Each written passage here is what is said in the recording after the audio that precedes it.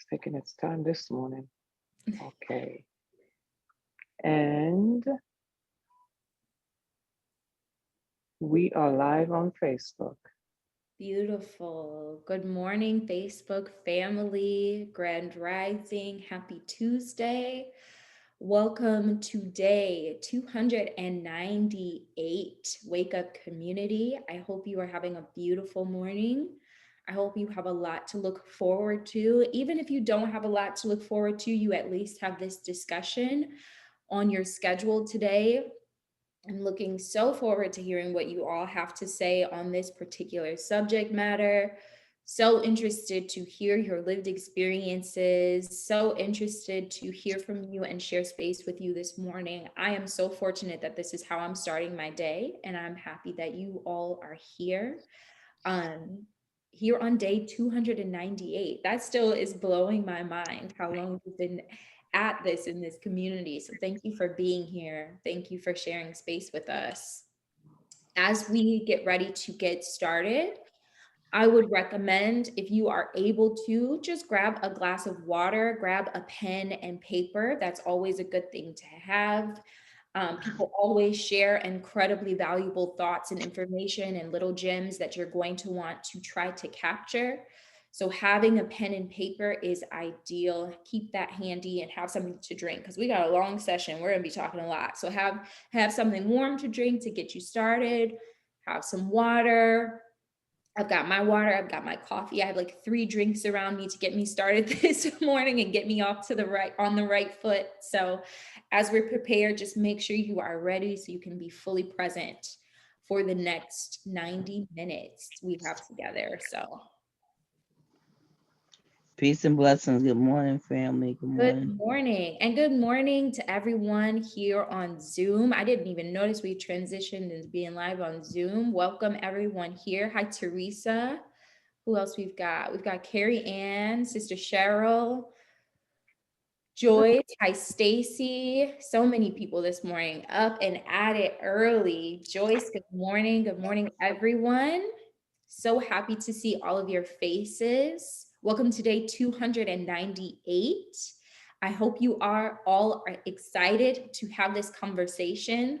We're here talking about purity culture and sexual shame and releasing some of that. I was sharing with some of the admin this morning that this is a subject that makes me feel both excited and nervous. So I'm really, really excited to hear what you all have to say, interested to hear your lived experiences around this subject. So grab a pen and paper if you are able to. Just you can capture anything that shakes out that you are going to want to take with you after this conversation. And make sure you have some water or tea or coffee or whatever you need to get grounded this morning. Because this is going to be a lively conversation. I'm so excited to chat with all of you about this. So, yes, please, please, please take a moment. We have a minute or two here before we're going to start. So, take a moment to get everything that you need to prepare.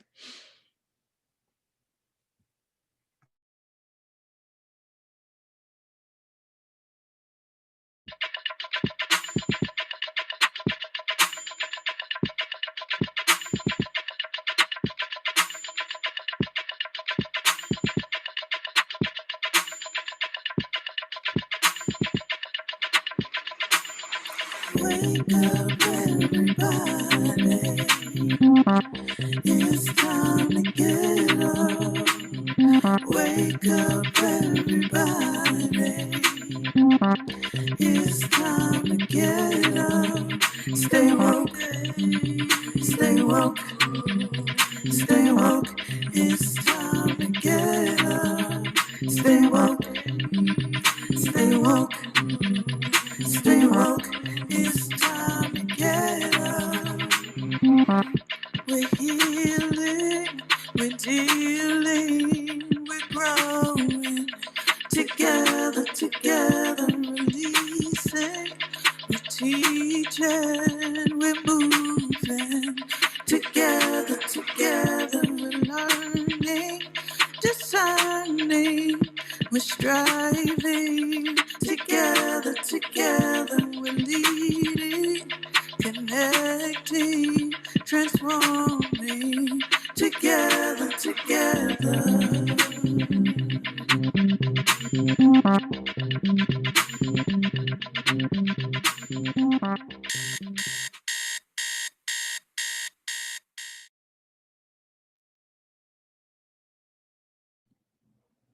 Beautiful. Good morning, everyone. Grand Rising. If you did not hear my greeting this morning before we started the introduction, if you have never heard my voice before or heard or seen my face, my name is Portia Brown. I am a sex educator and sex coach, which is why I'm leading this discussion today. And just in line with what I always do and what I value in terms of getting grounded, we're going to start with a little bit of a breathing exercise to help center us in this moment. So if it's accessible to you, I ask that you participate.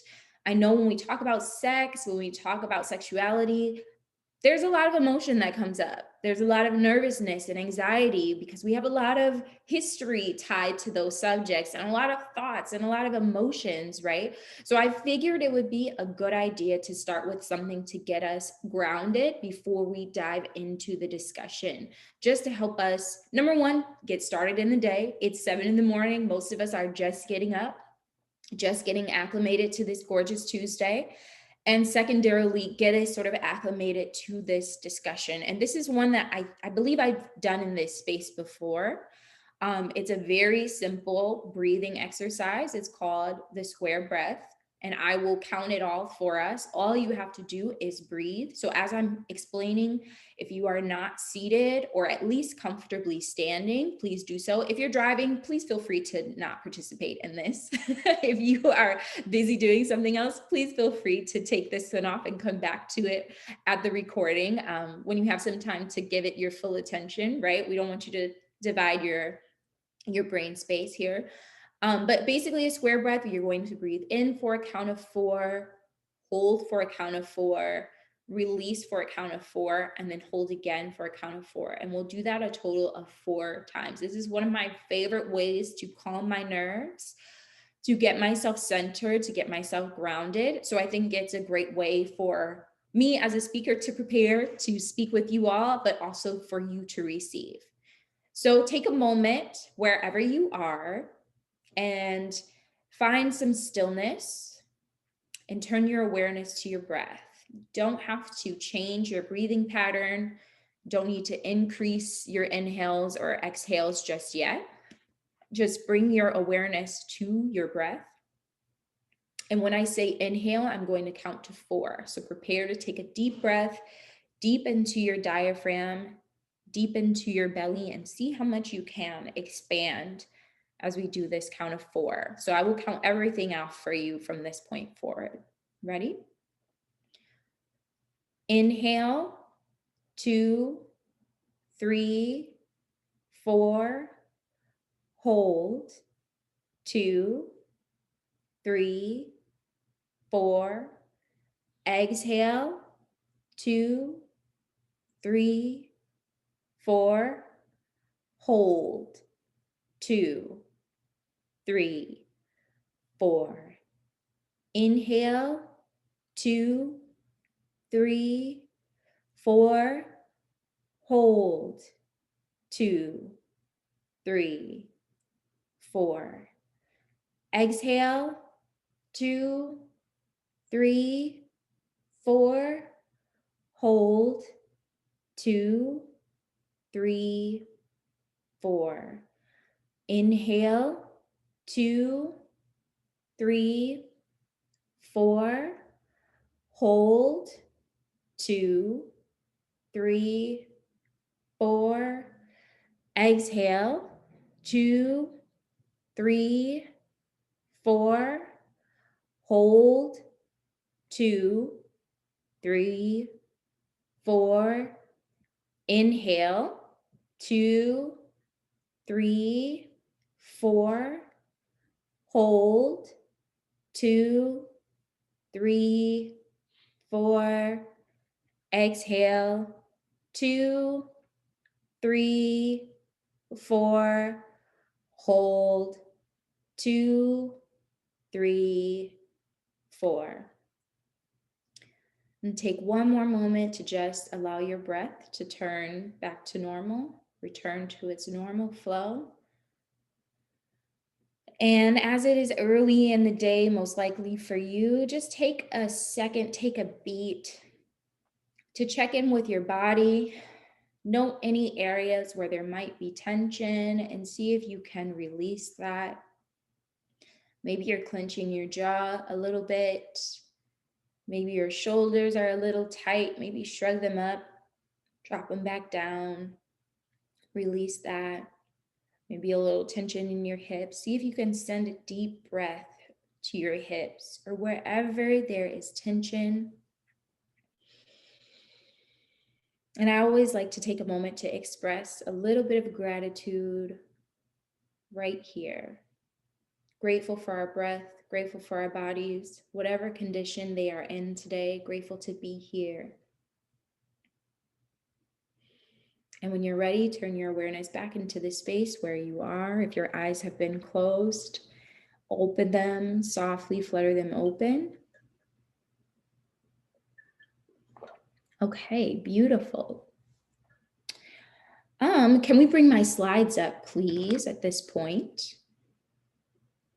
I hope everyone is feeling a little bit more grounded, a little more present, maybe a little sleepier. Sometimes taking deep breaths makes us a little sleepy, but hopefully a little more grounded in the present moment. Okay, wonderful. So today's discussion is titled Born Pure. And I decided to have this particular conversation because the last time I was here, we talked about mindfulness and sex. And the time before that, we talked about sex positivity and sex negativity and both of their influences on our culture and the way we view sex and sexuality.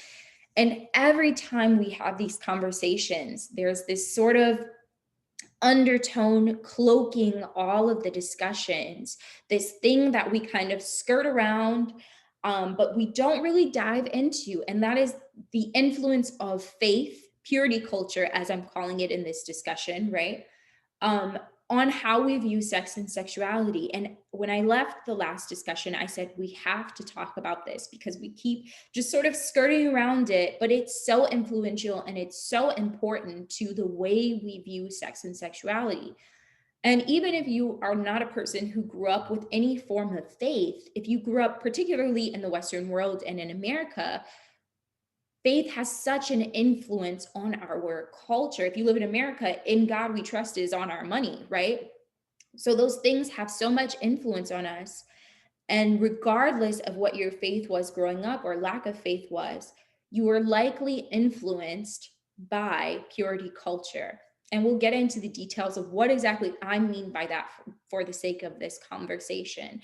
But I really wanted us to get an opportunity to get it all out, process it all out, talk about it, and have this discussion through that framework so that we can better understand what it is that's influencing our sexuality and what beliefs from that influence serve us and which ones don't anymore and which ones we can start to try to release. So we can go to the next slide, please.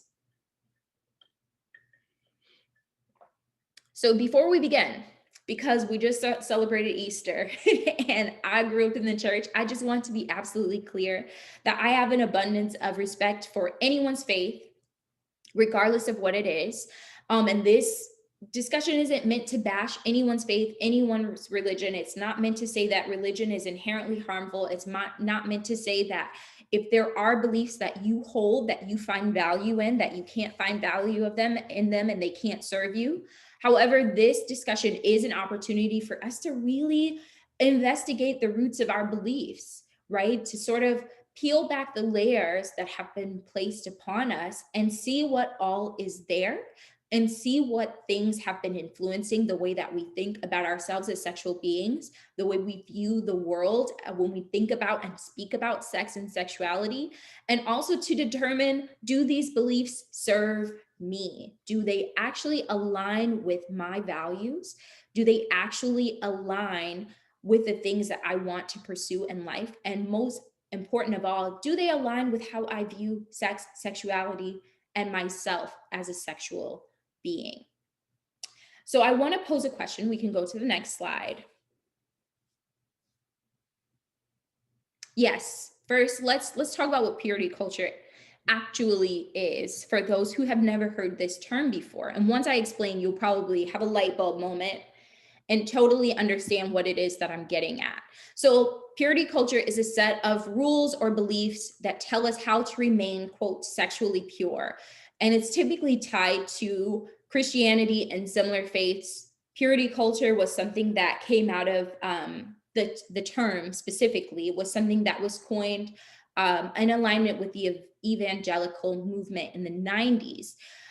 So it has a lot of ties to things like purity rings, purity vows, people promising to save their virginity, right? To save themselves for marriage and remain sexually pure.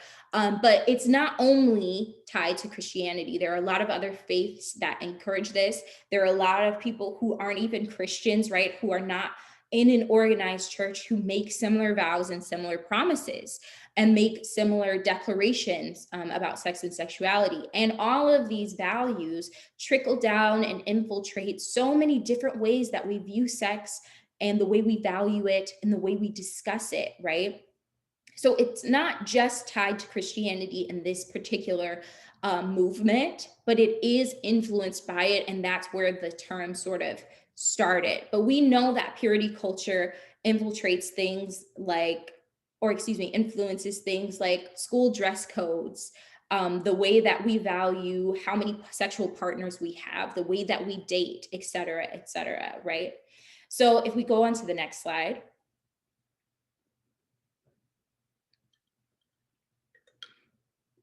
The question that I like to pose is, what are some of the beliefs that you believe, based on what you know on this term, from this term, that purity culture has embedded in us? And while you all share in the chat, I'll share some of mine or some of my story. So like I shared at the top of the conversation, I grew up in the church. I grew up in a non-denominational Black Christian church in the Midwest. And at a very young age, I was encouraged to, quote, save myself, right? And wait for marriage to have sex for the first time. And with that discussion came a lot of rules on how to remain pure because, quote, the flesh is weak, right? That was something that I heard a lot as a young person growing up, that I, as a human being, I was fallible. I was not going to be able to remain pure without the help of God, right? Or without a good network of people that could assist me in remaining sexually pure. So I remember being probably 13 years old and promising my sister, I'm going to wait until I'm married. And she said, yes, I'm going to wait until I'm married as well.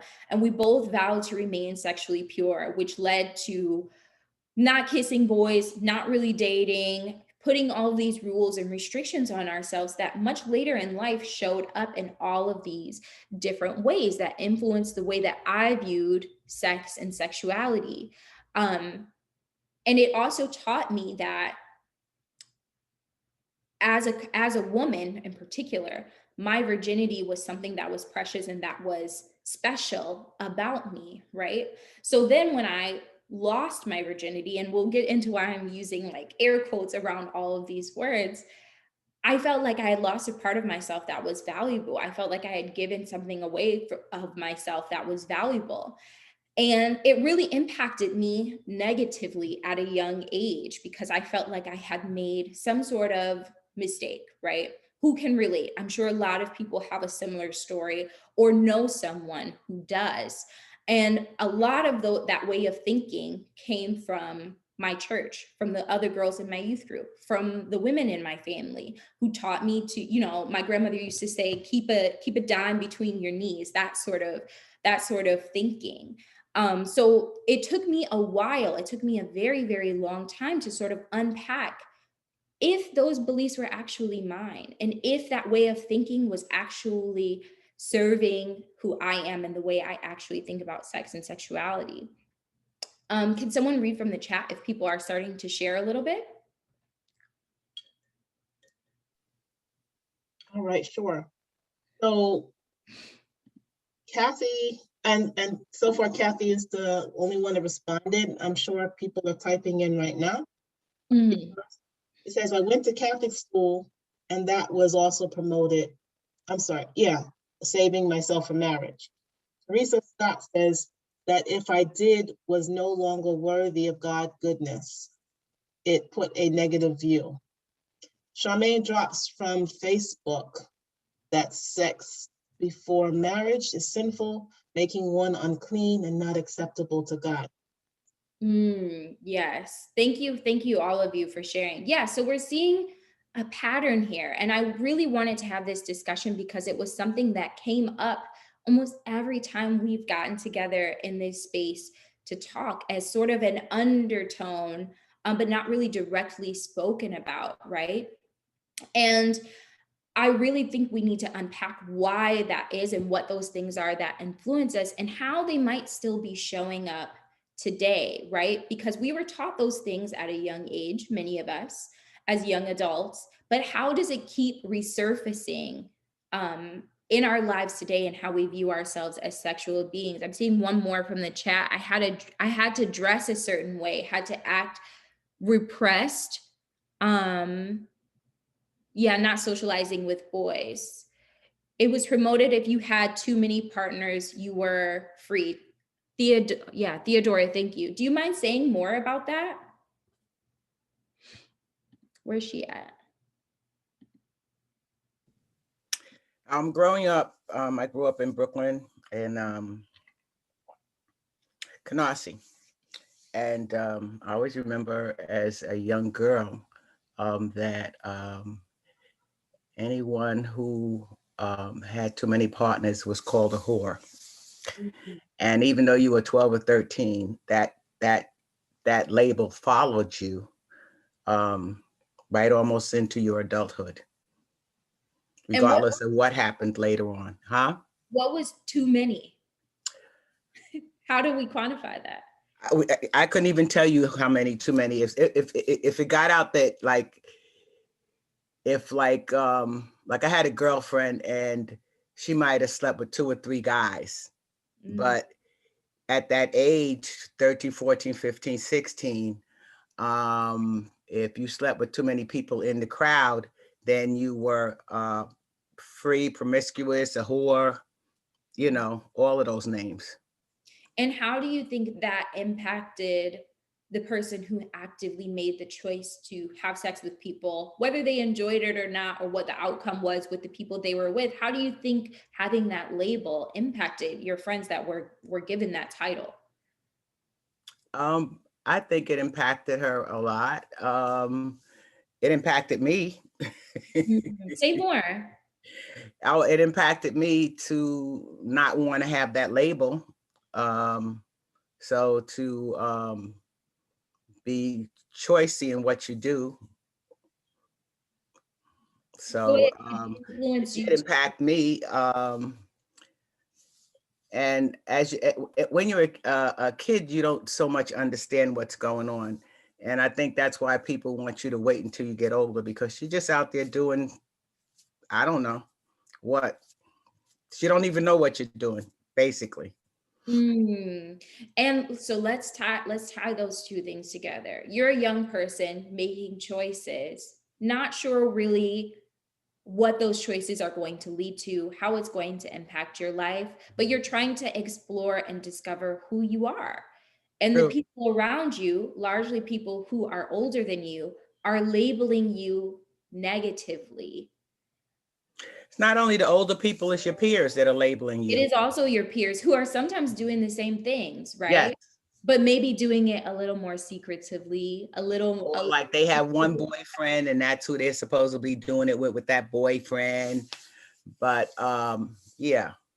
Thank you so much, Theodora. I appreciate your response. This is a great way to start to open this thing up.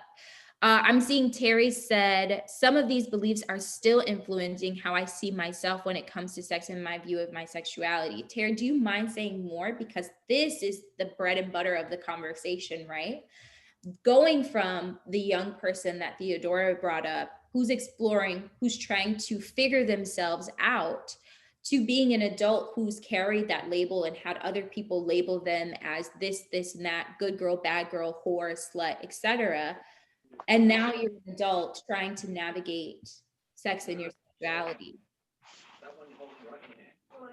Good morning, everyone. Um, it still impacts me today. Like when I go to pick out clothes, there's things that I see that I like, but I shy away from them. So I don't buy them. I admire when other women wear them, but I don't pick them up. Um, Even in my relationship, sometimes the freedom to just express myself sexually is just not there. There's more of a restraint, as opposed to just feeling free.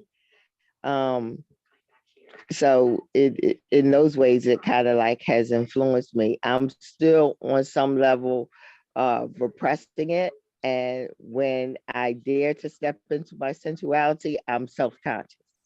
Do you thank you, first of all, thank you for sharing so vulnerably. Do you know what led you to that? Is there a specific moment or something someone said to you that made you feel like you needed to dress more conservatively, that made you feel self-conscious when you stepped out into your sensuality and sexuality? A couple of things. One, I was raised in the Catholic Church, which definitely uh, sex outside of reproduction was not encouraged. Sex outside of marriage definitely was not encouraged. When I first started out, women were even covering their heads in church. So, how we dressed when we came to church was a big deal. So that, and then some sexual trauma that I had along with that just complicated the picture. And as an adult, do you feel like it's time to sort of step out of that and begin to heal that? Or where are you at in that process? I definitely feel as though it's a healing point for me. I'm getting more comfortable with it, but I do realize how it impacted me. It impacted me to the point where I was actually one of those girls where I was a house girl. So yeah, God kind of got my stuff before I even realized what was really going on, because I was not prepared for how to interact with boys. I was more so told to stay away from them. So that whole realm and how it played itself out is that I kind of felt like, okay, I messed up. So then let me try to work things out with this guy, instead of realizing that he had no real interest in me like that, and just consider it a mistake and move on. Understood. Thank you so much, Terry. I appreciate you sharing. Thank you. Yes. Do we have any more in the chat that has come through? Yes. So from Facebook, the net says it was conveyed that bad girls have sex. So that means good girls don't. You want to be good, right? In quotes.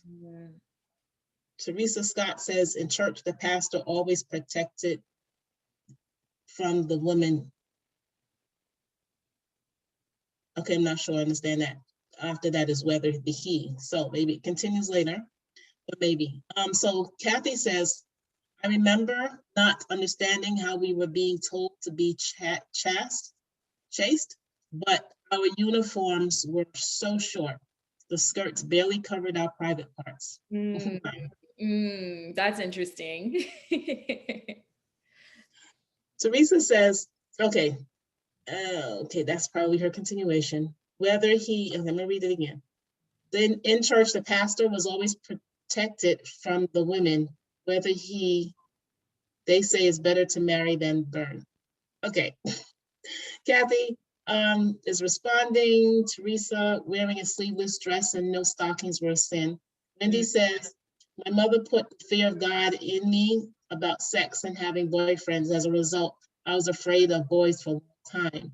I had a boyfriend for the first time at 19, but ended it after a year because he wanted sex and I did not. Carrie Ann Rice Paul says, this is a dangerous message for little girls who are raped or molested. Not only do they have to deal with the trauma of the rape, but also the shame associated with engaging in the sex act. Despite not having control over what happened to them, they may be blamed or even blame themselves for the abuse that had been done to them. Beautiful. Can we pause really quick? I'd like for Carrie Ann to come on if she's willing, to say more about that, because I think this is something we don't talk about quite enough, especially when we don't distinguish between assault or consensual sex. So if she's willing to come off mute, is Carrie Ann still here? Hey, yeah, no, I'm here. Morning, everyone. So this hasn't happened to me. I just know of people who have been molested when they were young, and that the whole idea of not being pure anymore, like travels with them well into like their 50s. And it creates a serious, I don't know, it doesn't really allow them to seek out positive intimate relationships because they think they don't deserve better than, you know, just don't think that they deserve better. So they end up with men who they think are the men that they should be with based on this narrative that we're sold as young girls that, we need to stay pure for, our husbands or blah, blah, blah, blah, blah. And I was raised Catholic as well. And we were fed the same BS about, waiting until you get married and blah, blah, blah, blah, blah. And I just remember always thinking, because like my parents were divorced, like, so what if you get divorced then? Like you wait all this time, saving yourself for some dude and then you get divorced. So there goes that. I mean, like, so are you done? Like, are you supposed to be able to find another partner after that? Or you just like, it's just a wrap? And I just always thought it was ridiculous. So I kind of made up my own rules for myself where I was like, well, if you love the person and the person loves you, then it's okay. And that was basically the way that I kind of, got myself to throw away that crap. But for a lot of people, it's really hard.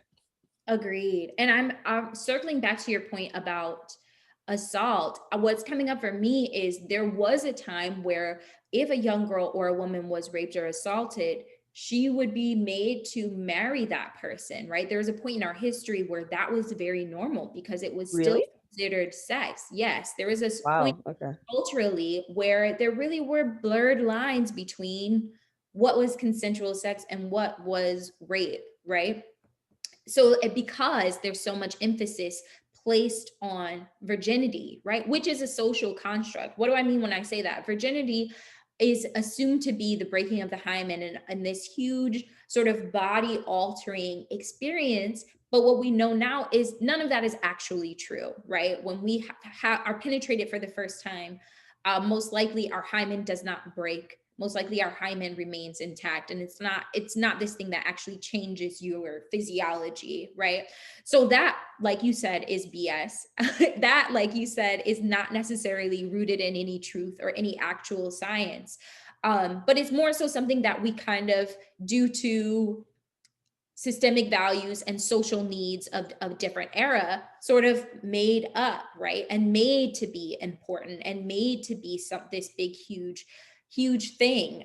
So thank you, Carrie Ann, very much for sharing that and bringing up that point, which brings me to something else that I wanted to talk about, which was this concept of soul ties, right? Growing up, I always heard about soul ties. The person you have sex with, you are tied to forever, and you're tied to the person they slept with and they slept with and they slept with, right? And it's this huge chain of events, right? That is soiling your soul, basically, was the idea that I had from a young age. We have all sorts of, what's the word that I'm looking for? Analogies chewed up gum. We have people sticking pieces of paper together and ripping them apart and showing you that whoever you sleep with, a part of them will always be embedded in you, right? So that just furthers the fear and deepens the desire to only be with one person, and again, remain pure, because that is where the impurity comes from, right? From having too many partners or the wrong partners. And what is that, again, what does that say to people that are assaulted, that concept? What does that instill in them when they are assaulted or have an unfortunate experience of sexual trauma or sexual abuse? That person that harmed you is a part of you. That's absolutely not true. And that narrative is extremely harmful. 1 in 4 Black women will be assaulted before she turns 18. 1 in 4. So that's a large portion of our community that we're harming with this rhetoric. So I just wanted to name that, and I just wanted to say that out loud. Let me see. Can you, is there anything interesting going on in the chat or anything in particular that you're seeing that's worth noting? So Terry says, I was 13 when I was molested and police questioned me about how I dressed, and I did. And did I say anything that may have led to my abuse? This led me to believe that it was my responsibility to keep men in check by how I dressed and how I act around men. One of my aunts was in a shotgun wedding. Oh, wow. Wow. Yes, this is the other. Is anyone noticing a pattern here? There are a great number of women here. I don't know if there are any brothers in this space, but there's a lot of purity culture that polices women, the way that women dress, the way women interact with men. It tells us that women are stumbling blocks, right? That's something that comes up a lot in the church. We're stumbling blocks for men, which leads to these processes, even in non-religious spaces, right? I think it was Terry or someone who just shared that when they were assaulted, the police were asking, well, how did you dress? What did you do to provoke, right? And this is a common thing. And that is one of the ways that this way of thinking in this culture infiltrates things that have nothing to do with the church, right? It just continues to trickle down into other portions of our society so that it is further normalized. And when I ask, are we seeing a pattern? And the pattern is that primarily, while there are ways that purity culture impacts men and the way that men move and behave, primarily the responsibility is placed on women to not be a stumbling block, right? To keep men in line or keep them in check, and keep them from sinning. When in reality, we know it takes 2 to tango, right? So if I'm down to do whatever and you're down to do whatever, I'm not necessarily the one that's responsible if we make this choice together. Charmaine, is there anything happening on Facebook? I don't want to exclude them. Anything worth noting happening on Facebook? Yeah, she dropped some of the messages in here, and I've been reading them through. Not much has been dropped, however. Okay. Anything else? I'm seeing 22 some odd messages. Anything else worth noting? Yeah, so from Facebook, I just scrolled up and I see Jamila Hill says, yes, put on some clothes when men come around instead of not having certain men around or chastising those men instead of the child.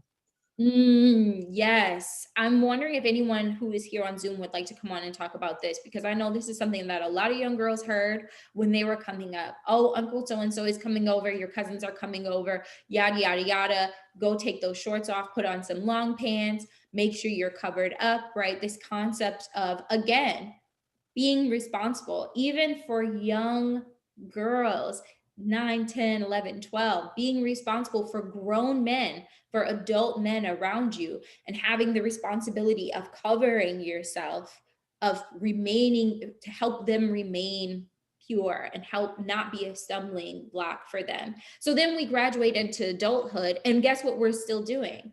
Guess what concepts we still have? That I'm responsible for the men around me. I'm responsible for making sure that they don't sin and that I'm not a stumbling block for them and that I'm not a distraction for them, right? We're still doing that, managing that behavior. And how much energy is going towards that? That could be going towards ourselves, right? How many of those thoughts are infiltrating our day-to-day lives and occupying our brain space, making decisions between this dress and that dress, and oh, I'm going to be around this type of people today, I better make sure that I'm covered to my collarbones, right, from my wrist to my ankles, instead of being able to be a little bit more free and focus on things that are a little bit more important to me. This is Teresa.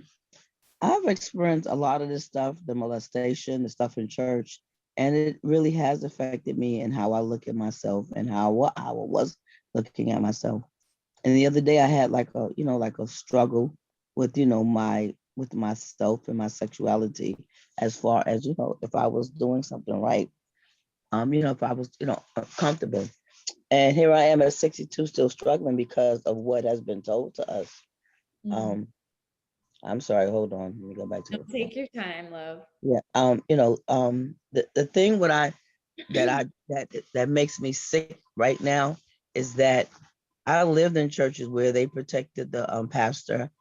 And even if the pastor was wrong, they never made the pastor responsibility. And we see stuff like that, happening. So right now, it's kind of discouraging for me because I saw this when I was younger, but now, a lot of pastors are getting exposed, and I'm not judging them. I mean, I'm not, like saying I'm any better than them, but this has been happening for years. This is not nothing that's been going on, like just now. It's been happening for like, I was in church since I was 19 years old. So that's been happening in church. I have been where I felt that I had to go put on like a old lady dress because the men was giving me too much attention. So I was saying it was my problem. Even I have a friend of mine who was sent away when her uncle raped her. So it really messed her. She was a young girl and her own uncle molested her. And she was a young woman. And she went through hell with that. So it's like they just make us, the women, seem to be us. We are the problem. It's like the man can have whatever issue he have. He can be sleeping around with everybody, but we the problem. And so sometimes I've found myself very mad with men because they can get away with so much BS, and we can't. And we're made to feel really bad about it. And that molestation, like, forget about that. When I went to church to try to tell them, they just told me to pray away, but I couldn't pray that away. I was looking to help, and they was like, "Oh, just pray." That prayer did not help me because I just felt like I was dealing with. I felt like it was a spirit, a sexual spirit. Well, I didn't know what it was then, but I just felt like it was a spirit that I wanted to have sex, and it was because I was exposed to having sex at such age. So I had a desire for sex, which made me feel weird, and it just gave me a lot of shame. So, it's just sad what we women have to go through when we're dealing with sexual trauma, just sex period, compared, especially in church or just in any kind of group where men are patronized over women. And so I have to really deal with my anger about that because it gets really, it's like when I see it, I'd be ready to fight, because it's just, you see it and it hurts. So that's what I'm working right now, is just getting some help to deal with the anger when I see it really bad. Because if I see a pastor that I've been knowing for years, I'll be ready, like, yeah, take his head off. And I'm serious, and I'm like, oh, I need help when that comes to Eric because I feel like he finally got caught, and his ass needs to be exposed. Because I actually got into a friend of mine because somebody that we know got exposed, and she was like, "Oh well, we gonna forgive him." I said it's okay to forgive him, but y'all need to make him accountable for his bullshit that he did, and tell him that he's out of order. Absolutely. Thank you so much for sharing, Teresa. And I think that you're bringing up a couple of interesting intersections here because of course this conversation is not to, again, I just want to reiterate, not to villainize the church, not to villainize men, but it is an opportunity to inspect these things that are going on. Teresa is sharing that you now as an adult are carrying anger and shame because when you tried to tell someone you thought you could trust what had happened to you, they didn't give you the support you needed. They didn't provide you with understanding. They didn't say, I'm so sorry this happened to you, excuse me. They asked you to pray about it, which of course is one way that we can manage these things, right? But it's not the whole cake. It's not the whole bread and butter, especially when we're talking about things like sexual trauma, sexual assault and molestation, right? There has to be so much more support given, especially when harm is done by family or within the church setting. And the protection of higher ups in the church doesn't just have to be men, right? It can be both men and women, but particularly men is something that we really have to begin to look at and critique so that we can protect future generations, we can protect young ones right now and move forward in a more healthy way when harm does take place, because there's no way to stop harm entirely, right? But there is a way to eliminate shame that comes after. It doesn't have to be an ongoing carrying of anger, guilt, shame, and all of these negative emotions, right? We can provide healing for people. We can provide spaces where people can share what has happened to them and not just be told, oh, well, you need to pray about it, right? There's so many different modalities that we can reach for to help people access healing. Where are we at on time? Beautiful, perfect. What else do we have in the chat here? Anything worth noting? Can I add something? Absolutely. Yeah, I remember as a young woman, maybe in my early 20s, and I had a stepfather situation, and he never was inappropriate with me, but I loved to wear my little short shorts, and I had the legs. So I remember my mother coming to me and saying that he's uncomfortable, so I need to not wear those shorts. And it resulted in me moving out. I had just started teaching, so I was able to go on my own. I moved out because of that, because I felt if I couldn't be free to dress at home in my shorts, he's uncomfortable, and let him deal with that. So that was one. But my mother, her approach to sex was very negative, maybe because she claimed she was date raped, so it had a negative. She had a negative experience. So she would tell me things like, if you want something hot there, tell me, I'll rub it with pepper. That was a threat. So I had this fear of being pepperized. So what it resulted in was a fear of sex. So I started dating at maybe 19, and I never had my first sexual experience until about 21. And it meant nothing because there was so much fear. And I feel now, I'm 67 now, I feel as an adult, it led to me not even experiencing an orgasm until a very late age, like into my 40s, because you have all this head stuff going on. And, so it did impact negatively. And, I guess it's because of her experience, she passed that on to me. So I think that whole, and then going to a Catholic school run by nuns didn't help. Yeah. Right?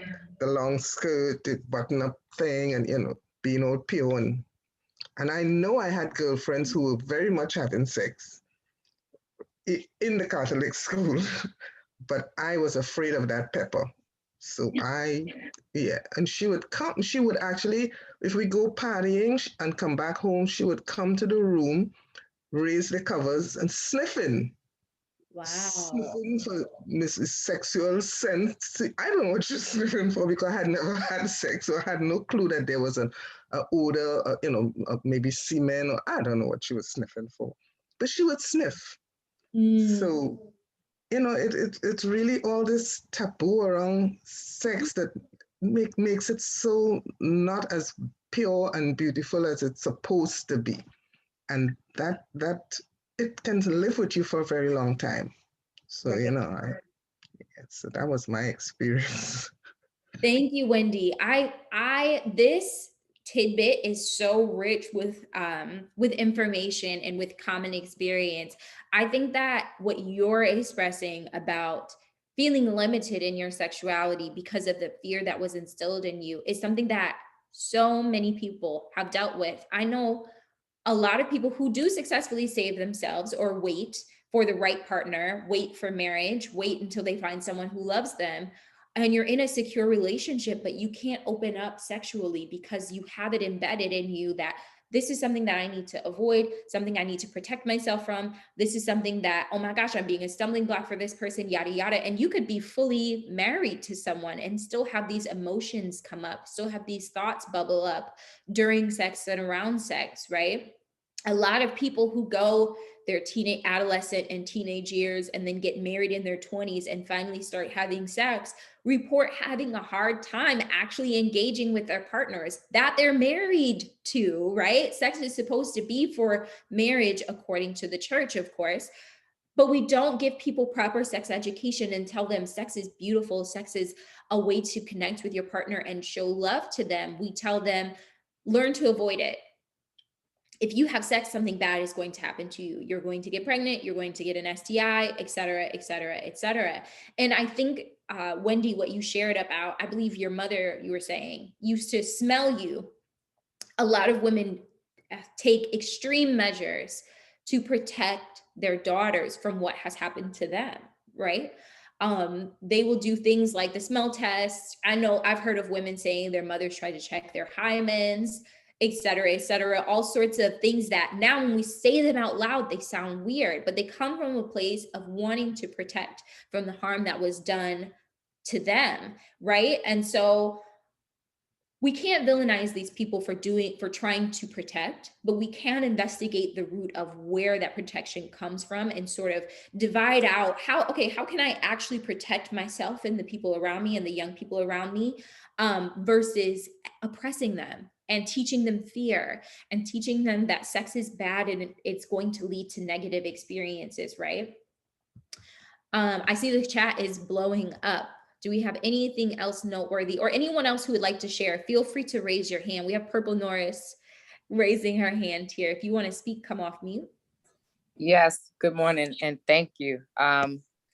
I was wondering what I would share, and then this part of the conversation came up. So full disclosure, I used to be an HIV counselor and tester. I love sex. I am the person that shares my number by the third date, want to know your number by the third date. It was a journey, right? My mom got pregnant the first time she had sex. So her message was just, when you're ready, let me know, we get birth control, right? But it was okay if I did it. However, in my work was the way to be with at least 1,000 people in a one-on-one conversation intimately, right? And what you just shared and what others are sharing here, I got a perspective for myself and for my community that sometimes I feel obligated to share. And I'm glad you said because of people's messaging and experiences, there really is an oppression that gets passed on generationally that's very difficult. And I was in that part of the reality.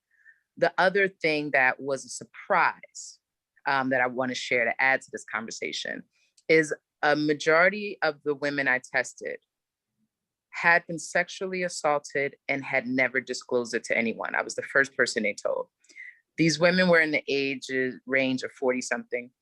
And I noticed a trend. So I went to my supervisor at that time and said, we got to do something. People are carrying this for so long. I'm sure this is associated with different things. The question I decided to ask, that wasn't part of my job, but it was a part of what came to me and interest of the community's healing journey, or a celebration, acknowledgement of people speaking things forth, because that's really what it is, voicing and beginning, no matter what age and time, is that more than half of the women said they had not spoken to their child. And the level of powerlessness, the consistent response, tears, breakdowns, stories around not feeling like they could protect, was something I started wondering, was it a part of the disconnect with parents and children in our community? Similar to when we were enslaved, not being able to protect. So therefore, kind of the anger around that and how that was affecting relationships. And so the big piece of learning to have the conversation about self journey instead of don't do this, and I'm not telling you why I'm saying don't do this. So it was a really challenging thing. And now having a community, looking at the generation being sexually explorative, expressed differently, just trying out so much. I want other generations to be mindful. It's their turn to explain, to learn, and they're going to learn different than the narratives we were passed down.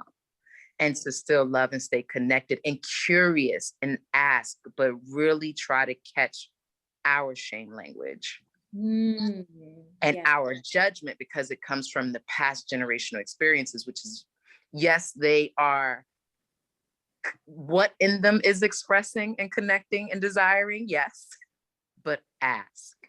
Yes. Don't listen.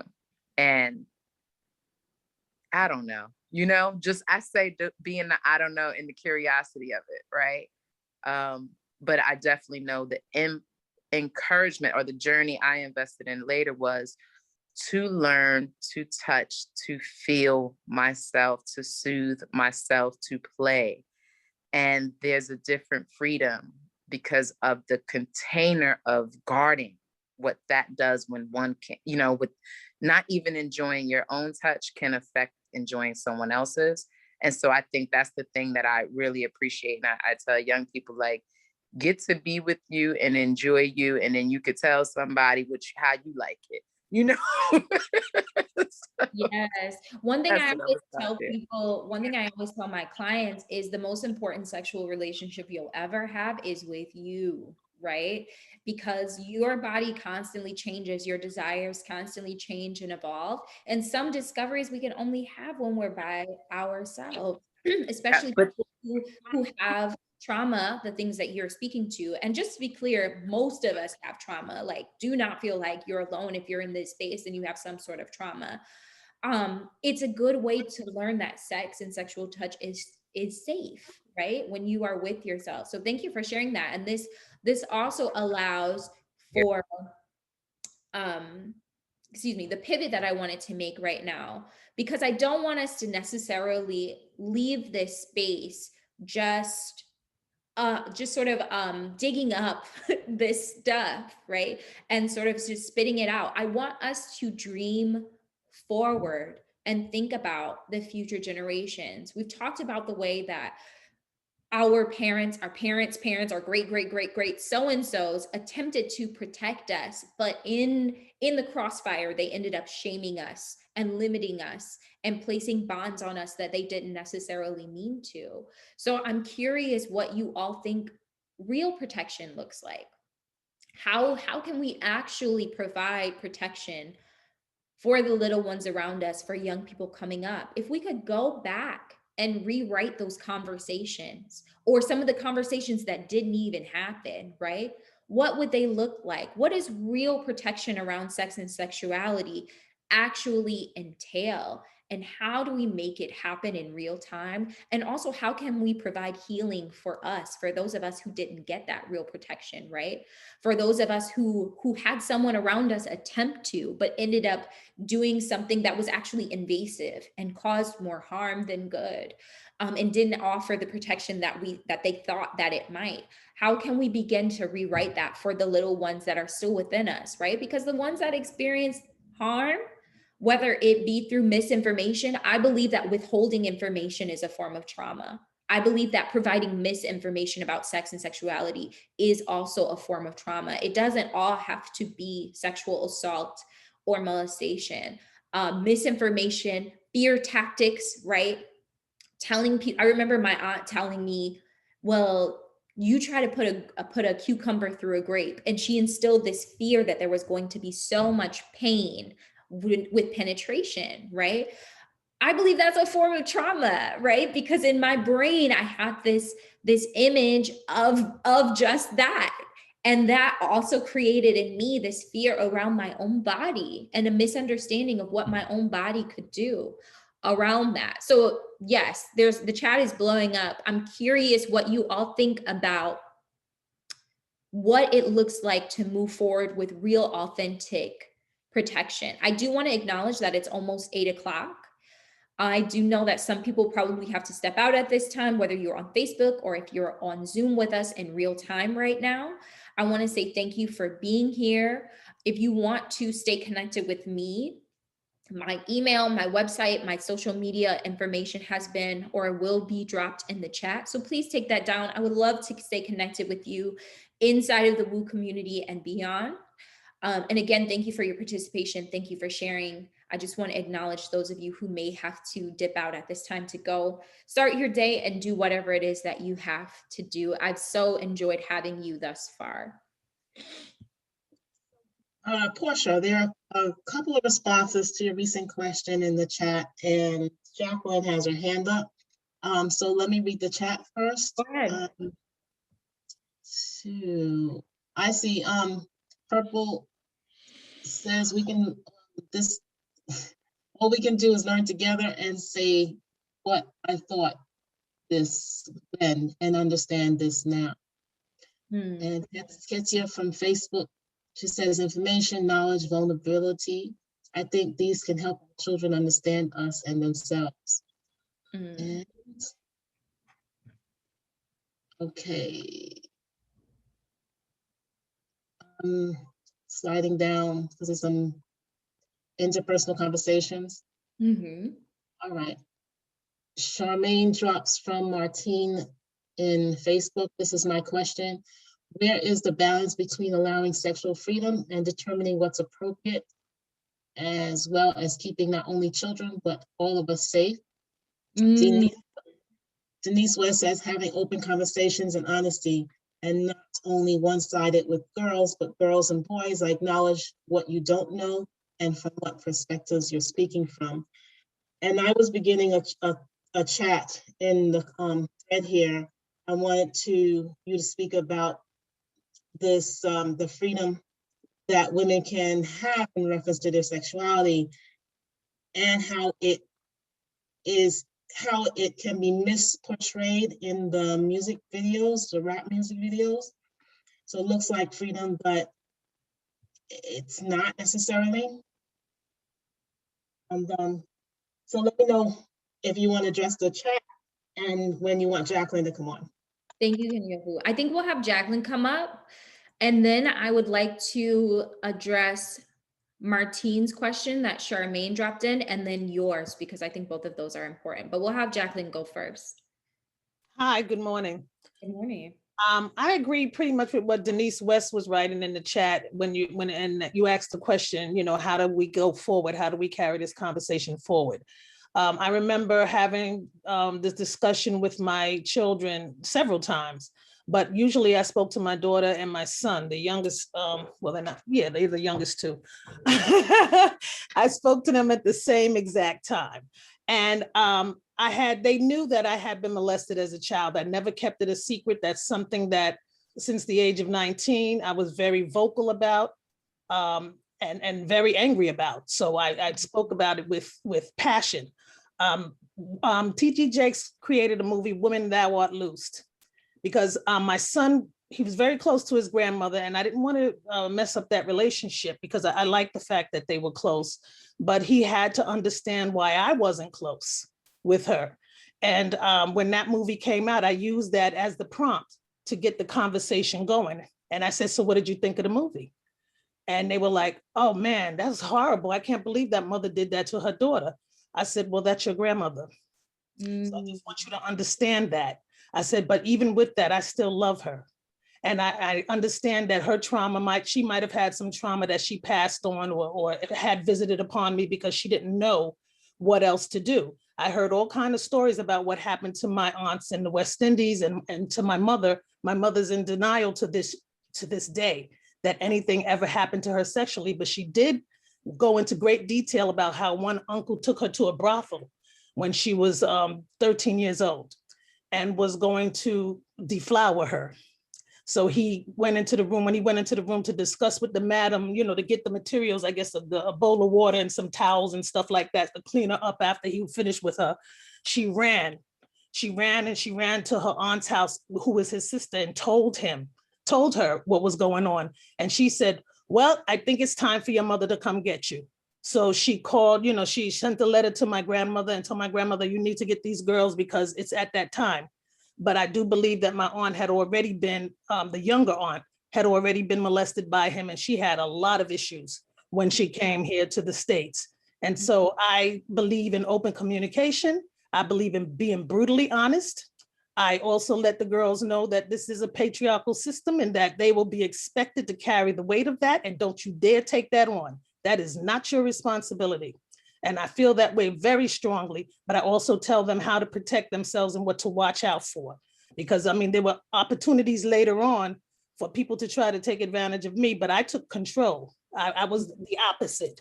Like I wasn't going to sit back and, I'm sorry, my West Indian is coming out. I wasn't going to sit back and allow people to control me. So I became promiscuous. I became the predator, and I became the person who went after men. And I was the one who said, okay, that's it. You ain't getting no more. That was just one time. Sorry. You know, don't talk to me. Don't call me. That was just that person. And then when I met my husband, he was complete opposite of the men that I had been with. And so that is what attracted me to him. And that's what made me feel safe. So I stayed with that. But it has caused a situation in our marriage. And he comes from a very repressed sexual background. So me being more open and him being so close has created difficulty. So I do talk to my daughter about that sometimes, and my son too. My son doesn't believe in monogamy. He doesn't believe it's natural. And he has found a woman who agrees with him. So more power to him. And I'm complete.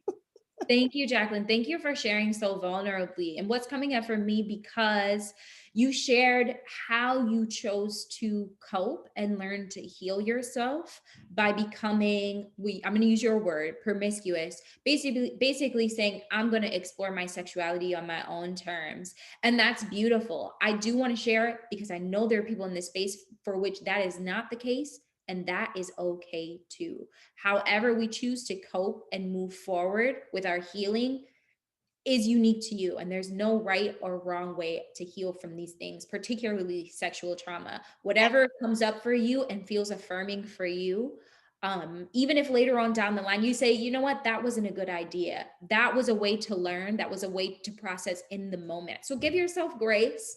Give yourself space to heal and don't judge yourself. So often we think there's a particular way, a hierarchy, right, of healing. No, it's whatever works for you and where you are at any given time. So thank you, Jacqueline, for sharing. I always enjoy when you share because you didn't have to say you were from the West Indies for me to know. I'll just say that because you're always so honest and so just forthcoming. I love that. I love that so much. So thank you. Where did I say I was going next? To Martine, Lisa's question. Where is the balance between allowing sexual freedom and determining what's appropriate, as well as keeping not only children, but all of us safe? I don't have any children. I do have an opinion that I will share.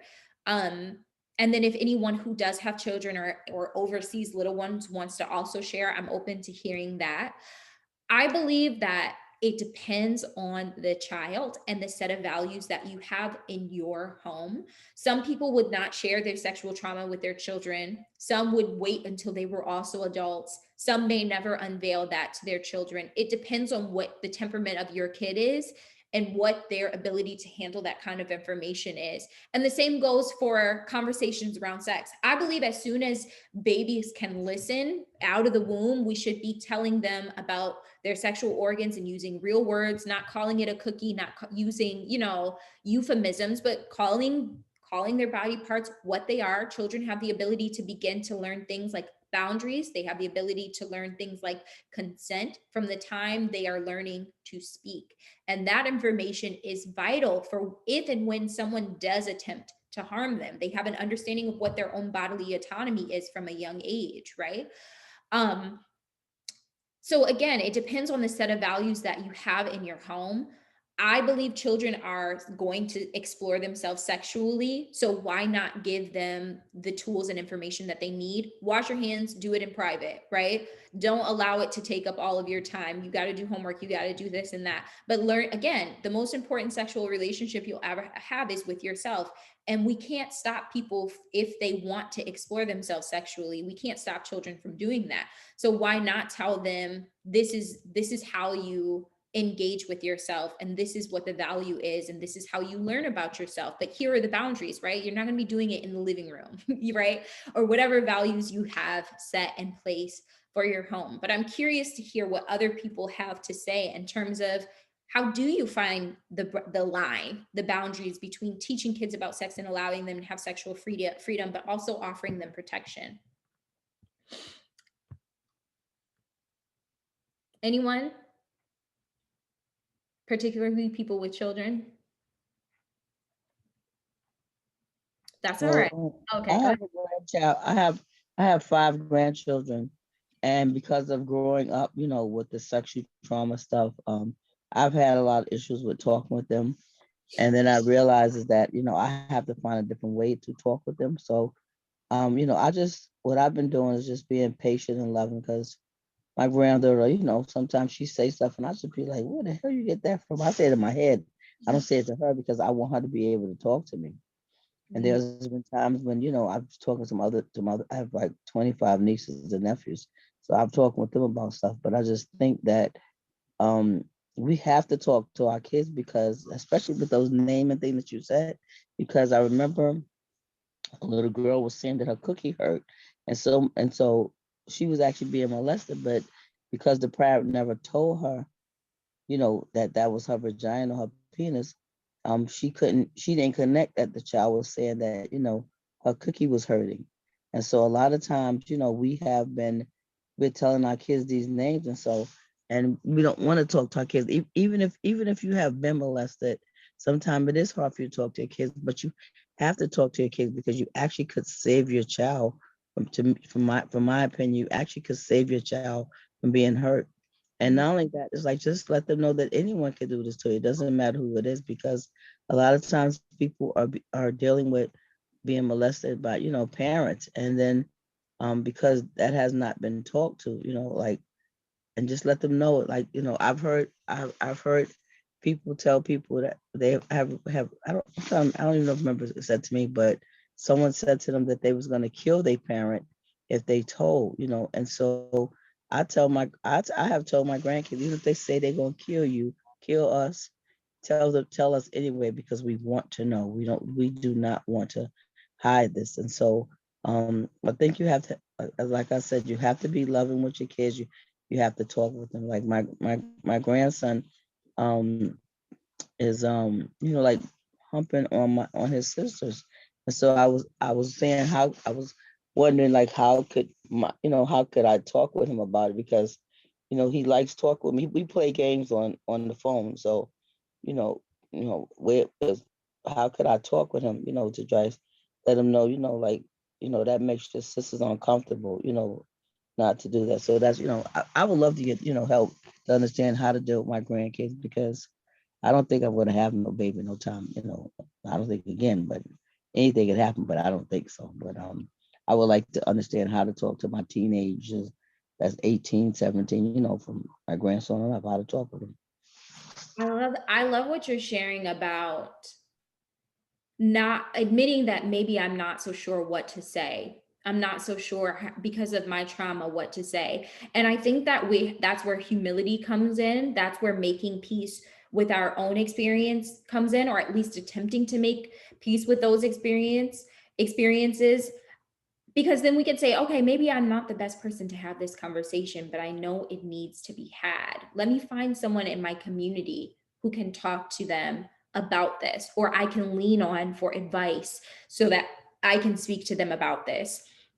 Or maybe I'll lead with, hey, I'm not really sure how to have this conversation, but I'm going to try. I don't have all of the information. I don't have all the answers to your questions, but I will find them for you, right? When we are talking to the young ones around us, having that acknowledgement goes a long way, and it lets them know, even though I don't have all the answers, I think you are worth protecting, and I think you are important enough to find the answers for, and I'm going to attempt to have this conversation with you. These things are not easy.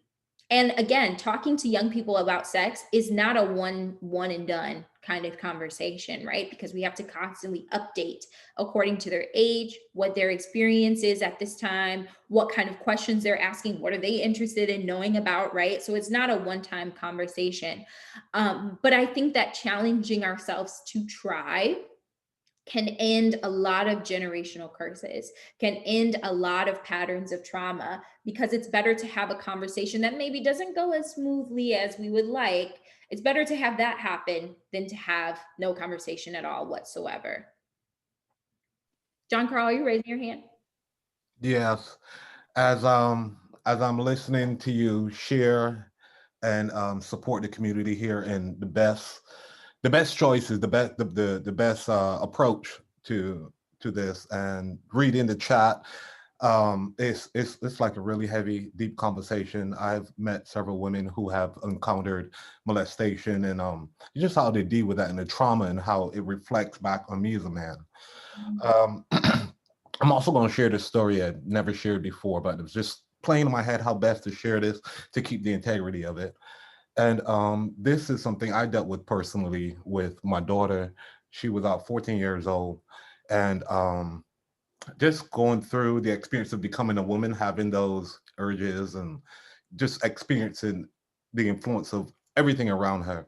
I discovered that she was being contacted by a predator, um, whatever website she went to, and then they were connecting with her on a phone. And I I discovered this going to tuck her in and saw her phone. It was up. She probably fell asleep while she was on the phone. And I looked at the conversation. I'm like, wow. I'm like, how the hell am I going to handle this? And I waited to the next day, and I approached her and I asked her about the conversation. And she didn't deny it. She spoke to me. She said, you know, this person she met, and it was kind of anonymous somehow. They didn't know who she was. But I expressed to her what the dangers of that could be in exploring that. I asked her not to do it. You know, it wasn't safe. Explain to her situations that has happened to others before. And I lectured her quite a bit. I tell her she had it. She at one point she said, "Daddy, you lecture a lot." I said, "Well, you got two options. You know, at your age, I didn't have an option. I got whooped if it was anything this serious came up. So it's either whooping or a lecture." You know, and she was like, "Well, you know, she listened, she'll whatever." But her response was very pure and remorseful. And, you know, she spent the rest of that day laying in bed, and, you know, she was having tears because I was very thorough about what could happen and how this can impact her later in her years. And I've had other guys approach me with, you know, handling similar situations with their daughters, and I shared what I did with mine, and how what it did for me. The immediate impact for me was a bonding, a connection, a trust that, you know, it just built, and the integrity of it. And you know, she was saying negative things about herself because she felt bad and like, okay, I'm this and that and da da da da da. I'm like, no, no, you're not. You're not. You're none of that. You're just going through a stage, you know, and this happens, and we will find healthier ways for you to explore this. But you're just, everybody goes through this. And I thank you for allowing me to share. It was like I just had to let it out, you know, for the sake of the community, and, you know, just share my experience as a man. Yes. Thank you so much, because I think that a lot of men are afraid to speak with their daughters about these things and address these things, especially with their daughters. And I understand why it's tough, but we have to learn to navigate these conversations, even things when danger is staring you in the face of someone's cell phone, right? And you're afraid and fearing for your child, not knowing what has already happened, not knowing what could potentially happen, and looking at these things and saying, okay, I'm not going to shame her, but I am going to be firm and I'm going to be honest. I don't want to instill any fear in her, but I want to give her understanding, right? Fear is one thing, understanding is something totally different. We can't move with fear, but we can move forward with understanding, right? So I think that is a beautiful approach.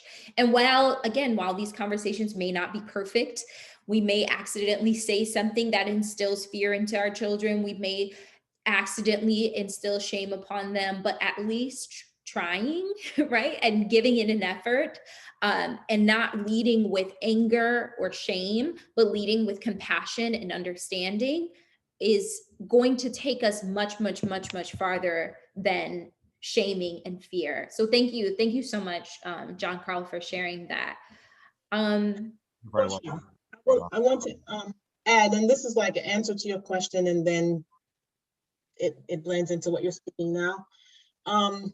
So my experience as a parent, when I was parenting, I wasn't, so I come from the purity family, the pure family. And so I had my growing up as a youth and the confusion, but 1 foot here, 1 foot there, and then making decisions as a young woman, that was outside of how I was raised. And then, carrying the shame with that. So coming with that into parenting, I still was in this dichotomous experience because I was a childbirth educator, and I was working with young girls, and having conversations about their sexuality. And I'm open, I had this open experience of content, and come to me and I'll be able to talk to you. When it came to my children, I had a stumbling block on how to communicate with them. So I can't speak on how I was with my children because I wish I could turn back the clock. I did open the door. I let them know, like, this is what I do. If you have any questions, let me know. But they never came to me with questions. Or I would drop some things at them, but I don't think it was like really seamless and necessarily warm and fuzzy. In any event, what I know now is that, and what I also instilled in them at the very least, is that there's this personal space. You have your personal space. Nobody should be entering into that space. If you are not comfortable, you say something. You tell your adult, tell the mom, tell the dad. That was what I shared with them. And that's the first place to go with anybody. So even in, Jacqueline had mentioned in the chat that she's worried about her niece, and there's that to have that she can get, so to you, Jacqueline, if you can have a personal conversation with your niece and have her, my granddaughter, your granddaughter, 8 years old. Yes, to have her, just to have that boundary conversation, and from that you might be able to get her to reveal if there's anything happening that is off color. Yeah, if her mother would allow me to see her. I haven't seen her since November. That's tough. I would say, I don't know the details of the situation, but I would say if there's a way to contact her virtually, at least so you can verbally communicate with her and begin to build the relationship so that she knows that she does have a safe person in her corner. And I think that that's the next level of this conversation, right? For all of us who are navigating, okay, how do I provide protection for the young people around me? It's that initial conversation, but it's also making sure that they feel safe coming to you, right? And nurture. Well, I'm at the point now where I want to call the authorities because the mother is not communicating with me at all. She won't answer texts. She won't answer calls. She won't tell me where she lives. That's how she broke off communication with me in the first place, when I asked her address and her email address. And she took that as, why are you coming at me? And I'm like, huh? I thought that was a really weird thing, because the granddaughter had been coming to me and we had been spending time together and I have a relationship with her, and the mother cut it off, just like she cut off my son. So, I don't want to put too much pressure on my son because I know he explodes, but I want the authorities to get involved. Yeah, again, this is a tough situation to navigate, right? There's only so much you can do before taking things to that level. Praying that situation resolves in a civilized way and you're able to make contact with her again. But for that particular person's situation, any other young people that are in your life or in the lives of anyone listening, again, it's about nurturing those relationships when it's in our power to do so, because it goes beyond just saying, hey, this is what you do, this is how you manage boundaries in your body, but also making sure that if someone does cause harm to them or they think someone might try, they know they have someone safe to go to speak with, and share that information with. Like, that's of course the next level, because I think it was Purple that was saying that so many people who do experience harm, they don't disclose it to anyone, largely because they feel like they don't have anyone who is safe to share that information with, that's not going to shame them, that's actually going to offer authentic, meaningful support. So that's the next layer, is making sure that it's clear that I am a person who it's safe to speak with. I am a person who whatever your wishes are, I will respect them and honor them, and I'm going to do the best I can to protect you. So thank you, Jacqueline and Kenyofu, for your shares. Let's turn it back to the chat. Anything happening either on Facebook or in the chat here on Zoom? There's a lot of support for Jacqueline. And Kathy mentions, I did not reveal my childhood molestation until a few years ago. And Nigel says, I've shared with my now 17-year-old that self-pleasure is important and not shameful. I'm glad that he received that message. He's very comfortable in that regard, and I have had to repeat several times that while it is not shameful, it is to be done privately. Yes, beautiful, beautiful. I think that this generation of parents and grandparents and aunties and uncles, we are realizing the importance of these conversations. We're realizing that they're vital. We're realizing that we can no longer stay silent. But there are still challenges, and it's important to remember and have at the center of all of this that what is important is to give it a shot, because what happens with it is, what happens next is the generation we are speaking to has something to build upon, right? And some place to go after those conversations. And they get to say, this person in my life gave it a shot, they tried, they did the best that they could. And now I get to try to do better. But if we don't do that, then we have nothing for them to build upon. So we are getting close to our end time. I wanted to give anyone else who wanted to share an opportunity to come up and speak. We do have a few more minutes.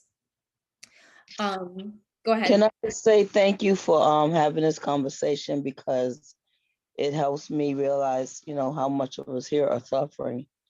And being angry is not going to help me. It's going to, make my situation worse by being angry. So there's a lot of love here from our family that, we can take this situation that has happened to us and that has made us feel damaged or like damaged property, or, feeling like really bad, and just love on each other and know that, that we are not what happened to us whenever it happened to us. And that is not happening now. And so that's the thing that I had, that I have learned to tell myself, is that I'm not being molested now. I'm not being raped now. I'm not, I love my body. I love, my sexuality. And so I don't want to allow the anger of what I see, the of the world system to affect my love for the world and this community. And I just wanted to know that y'all, thank everyone for just sharing and being so vulnerable here on today. And, I feel loved by this community. And I hope that what I'm saying to you can bring some healing, or you could feel my love and my hugs to help you, during this time of even us, all of this stuff being said, because some of us might be saying some of this stuff for the first time, and, it's bold enough to even say it out loud. And so that right there is liberty right there, to be able to express that you have been hurt like that, and you have been suffered, or you have been shamed. So I love this community, and I really do appreciate y'all. Thank you so much, Teresa. And I just want to add to that, whatever emotions you feel right now, or when you think about these things, particularly when it comes to past harms done, try not to label them as good or bad. I love anger as an emotion, right? Anger gets shit done is what I like to say. For me personally, But we also have to learn how to control our emotions and how to identify where they are coming from, and also how to have our emotions lead to progress, to change, and to moving forward rather than sitting in anger and sorrow and despair. How can we allow those to catapult us and be a catalyst for change and moving us forward? I welcome anger. I welcome it all, especially when it comes to topics like this where there's harm that's been done, right? Anger is a valid way to respond to that, but not let that anger hold us in place, right? There's a difference. And I just want to acknowledge that. And I do also want to acknowledge that we have talked about some heavy shit today. We have talked about some really heavy stuff today. So please, please, please, please do what is necessary to take care of yourselves today. Be gentle with yourselves as you leave this discussion. Don't think that when you leave this conversation, those thoughts, those emotions are over. A lot of it will stay with you today. So take a moment to do something to release, even if you go in the bathroom and you splash cold water on your face, you say some affirmations, journal your emotions out. If you're not into journaling, have a mirror to person dialogue. I like to speak to myself in the mirror. Record your thoughts on your phone via voice memo. Let it out. Find someone to speak to, whether they're in this community or outside of it. If you feel like you need support, please, please, please don't hesitate to reach out, because this a lot of times brings a lot of heavy stuff to the surface, right? And we want to do what we need to do to take care of ourselves emotionally, physically, spiritually. So please, please do that. Yes, Cheryl says, be sure to clear yourself. Please do what you need to do to clear yourself. Yes, drink some water, go for a walk, do what you need to do.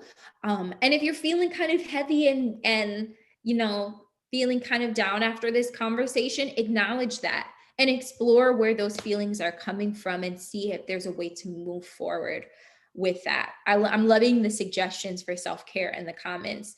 We don't want to neglect ourselves, especially after these heavy conversations. And with that said, as we wrap up and we get ready to close. Portia, Yes. before you go there, can you wanted to speak on the rap culture music videos? Yes. Yes, thank you, King of Fu. I almost entirely forgot. I think that what that brought up for me is, again, sort of the undertone of this whole conversation in terms of what might be healing for me may not be for you. What might be a good emotion and a productive emotion for me may not be for you. And when it comes to media, the way women show their bodies on the internet or don't, I think that we have to have a conversation, and maybe that will be our next discussion around what sexual liberation looks like across the diaspora and for different people, right? I am a person today, I'm dressed really conservatively. If you go on my Instagram, there are also pictures of me not dressed very conservatively. It's about to be summertime. I'm not going to be dressed conservatively. That's what sexual liberation looks like for me. And that's a place that I have evolved to. But I also do not place judgment. I forget who it was, but someone earlier was talking about, I think it was Terry, was talking about how she feels a need to dress more conservatively. And that's what makes her comfortable at this point in her life. That's fine. But I think that we have to learn that sexual liberation, when we look particularly at women and femme people, it looks a plethora of ways, and feeling pressure to be one way or another when it's not authentic to you is the actual problem, versus dressing more promiscuously, dressing less conservatively or more conservatively, right? It doesn't matter. It's about what makes you comfortable, and us as a community releasing judgment on both sides. That's basically what I wanted to say on that. Kenyofu, I don't know if you had more you wanted to share in that regard. I think you were saying that rap culture and music videos, sometimes it looks like sexual liberation, but sometimes it's not. And I believe that it can be, right? I believe that twerking is great. Twerking is ancestral. It's something that our ancestors used to do, and it emulates a way that our ancestors used to move their bodies. But it's not for everyone. And if it doesn't make you comfortable, that's cool too, girl. Like, just do whatever makes you comfortable. And for me, it's more important to release the judgment upon each other. and then release the judgment against other women and how they choose to express themselves sexually. Right. It's not the movement, and it's not necessarily the clothing that the women are wearing. It is the words that go along with it and the connotations that's attached to women and women's bodies, and so the most times it's not from the woman's perspective, and it's not uplifting to the woman. So it's conflicting. So where we want to have our children respect their bodies and to dress the way they want to dress, when they hear the words that's on the songs, it causes this programming that does not affirm them. And so as a parent, where the young people are watching these videos, the question really is, how can you create that freedom in that child's mind, but not have them get attached to the words that's coming from the low vibration of the song? I think instilling in them who they really are and who they actually are. I think there's a way to enjoy all music, and do what's needed to be done to express yourself sexually. But when you know who you are, it doesn't influence you. I think actually, Kenyofu, you gave me the next topic for when I come back, because this is really interesting, diving into like what all of that means and how music and the culture around it influences our sexuality and how we view sex and sexual expression. I think this we could talk about for another 90 minutes, honestly. But you're bringing up an interesting point, so thank you. I appreciate that. Sure, thank you. Of course. Okay, anyone else as we get ready to close have anything else they wanted to add or share? We are at 8:35. About who we at? Okay, beautiful. So as we close, I just want to encourage you all again, one last time, take care of yourselves today. People are sharing bath salt recipes in the chat. It's beautiful. Do all of that is necessary, and check in with yourself as often as you need to today and this week.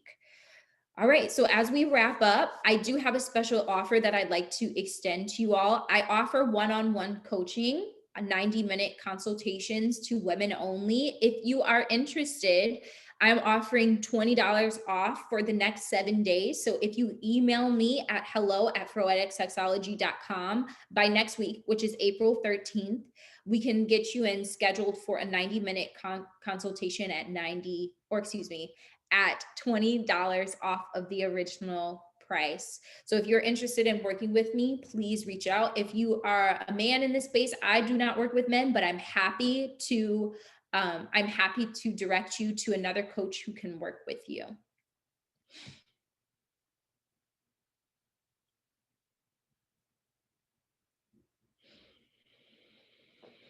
And this is my contact information. So I am on all social media at Froetic Sexology. That is the name of my business and my coaching business. You can find me on Facebook at Froetic Sexology, Instagram at Froetic Sexology. My email is hello@froeticsexology.com. So again, if you want to take me up on that special offer, you can email me at hello@froeticsexology.com.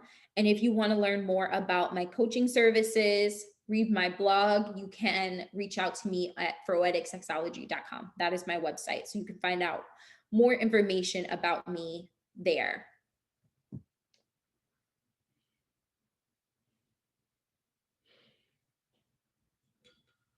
And for love offerings and donations, you have a couple of different options. There is Zelle/QuickPay.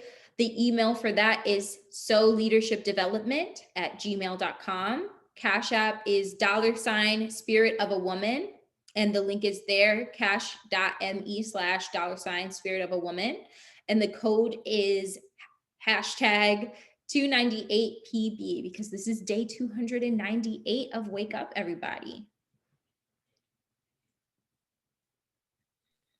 And I'm going to add that Portia. She gave us some really juicy information in reference to sexuality and youth and our history, our past. So this is nothing to take lightly. There's a lot of unpacking to do.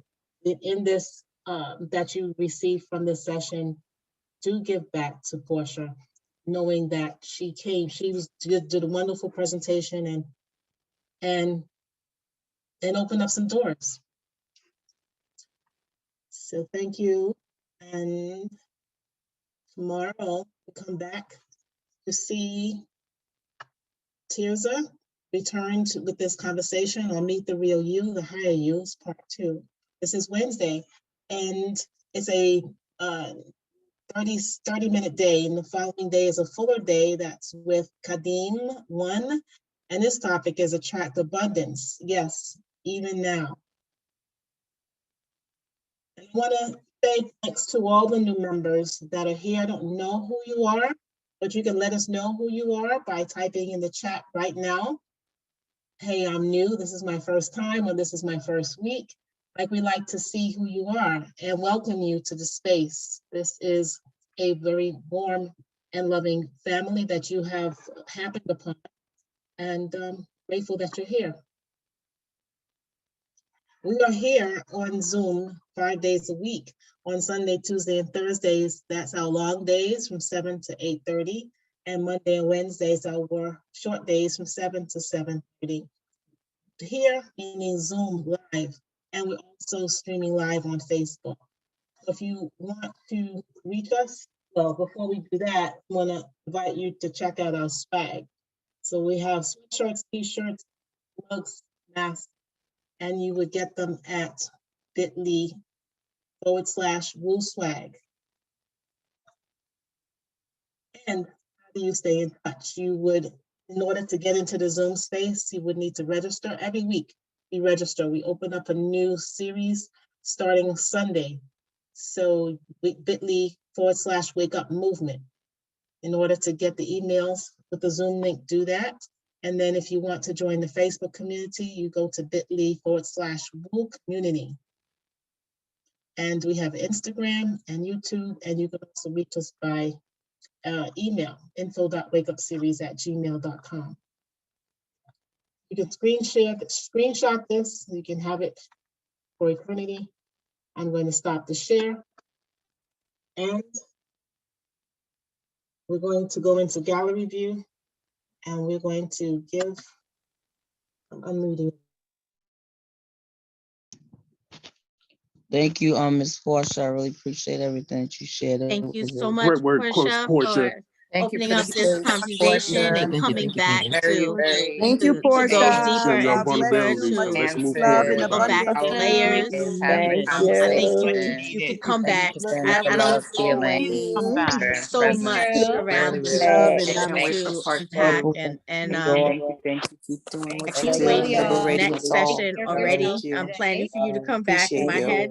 I really appreciate the conversation that you open up, and because it's healing, and it Yes. creates ripples So of healing and ripples Everyone of is on it. conversation that will Yes. reach across to not only this Thank you, generation, but thank you. many Yes. generations. So Yes. it's so Thank you. vital, and so the work you do is so important, Yes, it is. especially yes, in this community with so much shame and so much Yes. trauma. So thank you so much yes, for all that you do for us. yes. And I thank agree you, with community, Kathy. for Thank you. sharing and being